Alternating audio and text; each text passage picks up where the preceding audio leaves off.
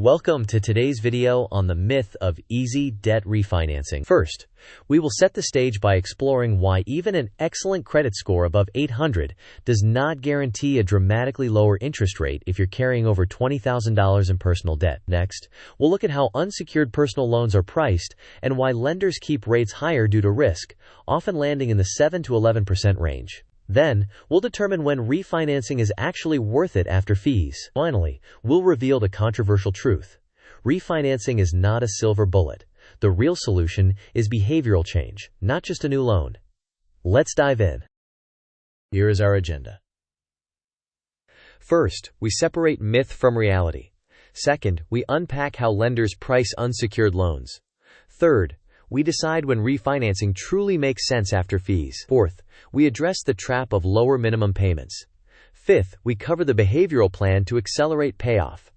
Finally, we will test your understanding with quick quizzes. Before we proceed, a quick disclaimer.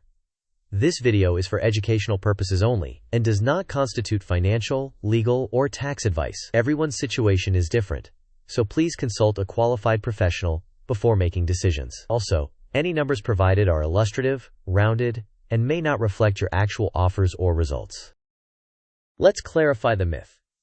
Many borrowers assume that an excellent credit score guarantees a much lower refinance rate.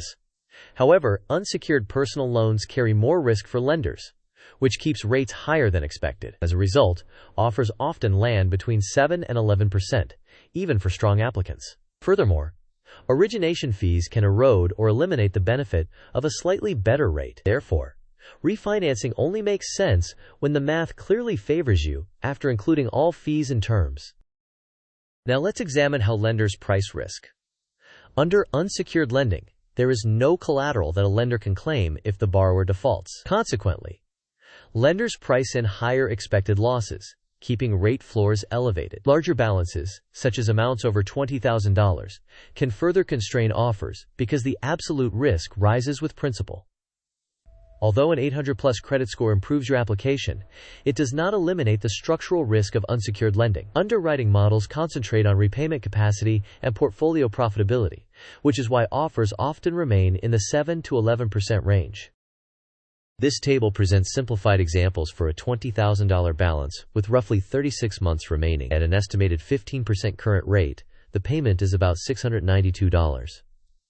Refinancing to around 11% drops the payment to roughly $655, saving about $37 per month, which implies a break-even of approximately 16 months on a $600 fee. At 10%, the payment falls to about $644, with a $48 monthly saving and an approximate 13-month break-even. At 8%, the payment near $629 saves about $63 per month, leading to a break-even in roughly 10 months. These numbers are rounded, illustrative, and depend on exact term lengths, rates, fees, and timing. Let's compare refinancing and behavioral change.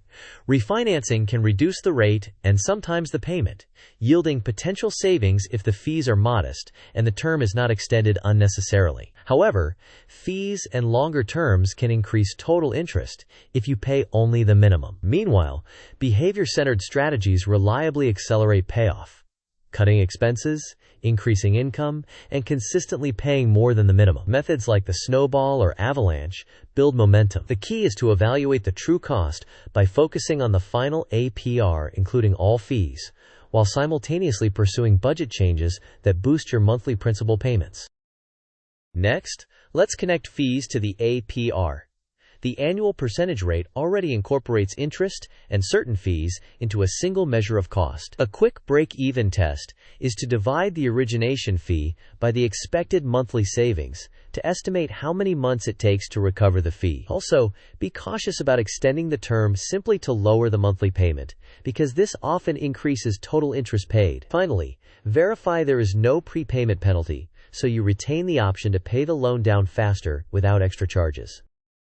Here is your refinancing checklist.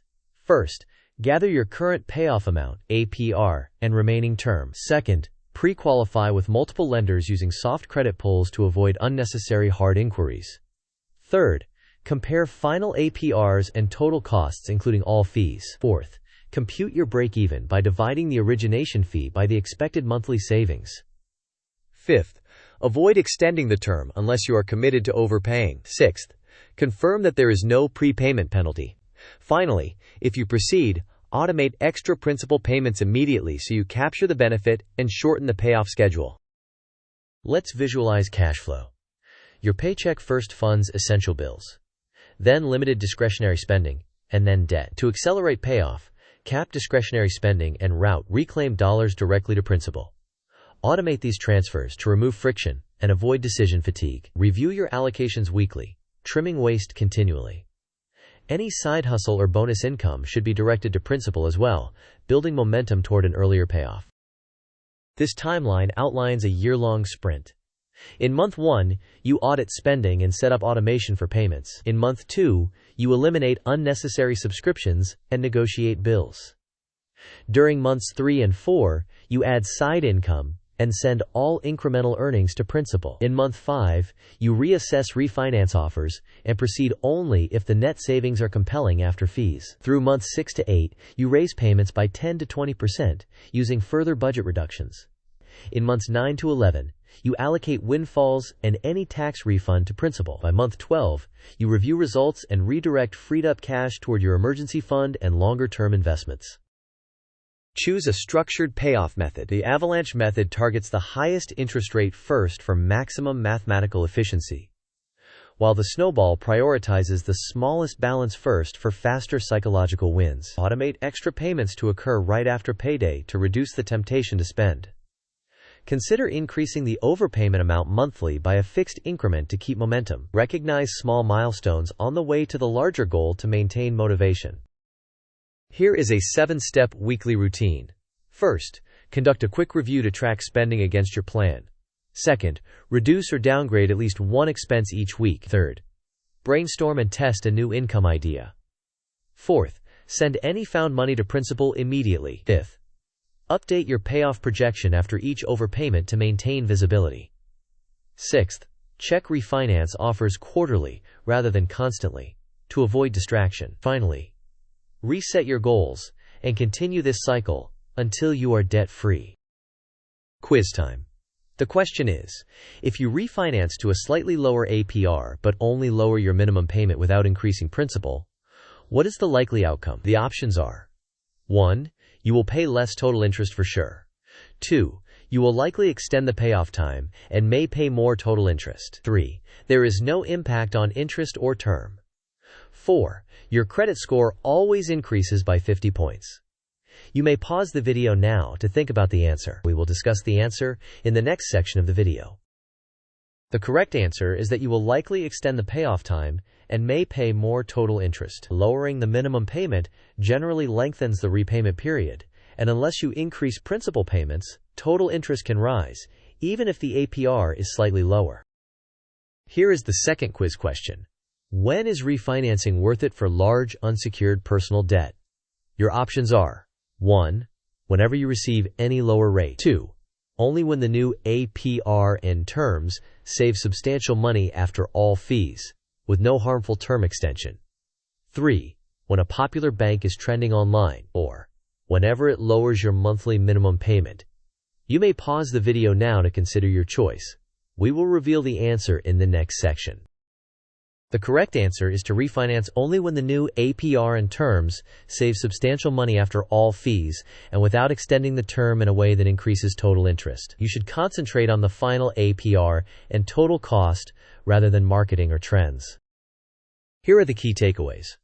First, excellent credit does not remove the inherent risk of unsecured loans, so rates often remain between 7 and 11%. Second, refinancing decisions should be driven by math using the final APR and a clear break-even calculation. Third, reducing the minimum payment without increasing principal can raise total interest. Fourth, behavioral changes outpace transactional moves. Cut spending, increase income, and overpay consistently. Finally, automate extra principal payments and avoid unnecessary term extensions. To summarize, assess your current loan terms and balance. Shop 3 to 5 lenders but evaluate offers solely by the final APR and total cost. Refinance only when savings remain substantial after fees and term changes. Regardless of the outcome, enforce a disciplined behavioral plan that prioritizes overpaying principal. Finally, review your progress monthly and make adjustments to keep acceleration on track. Thank you for watching. If you found this valuable, please like, share, and subscribe. In the comments, tell us your next financial goal and any questions you have for future videos.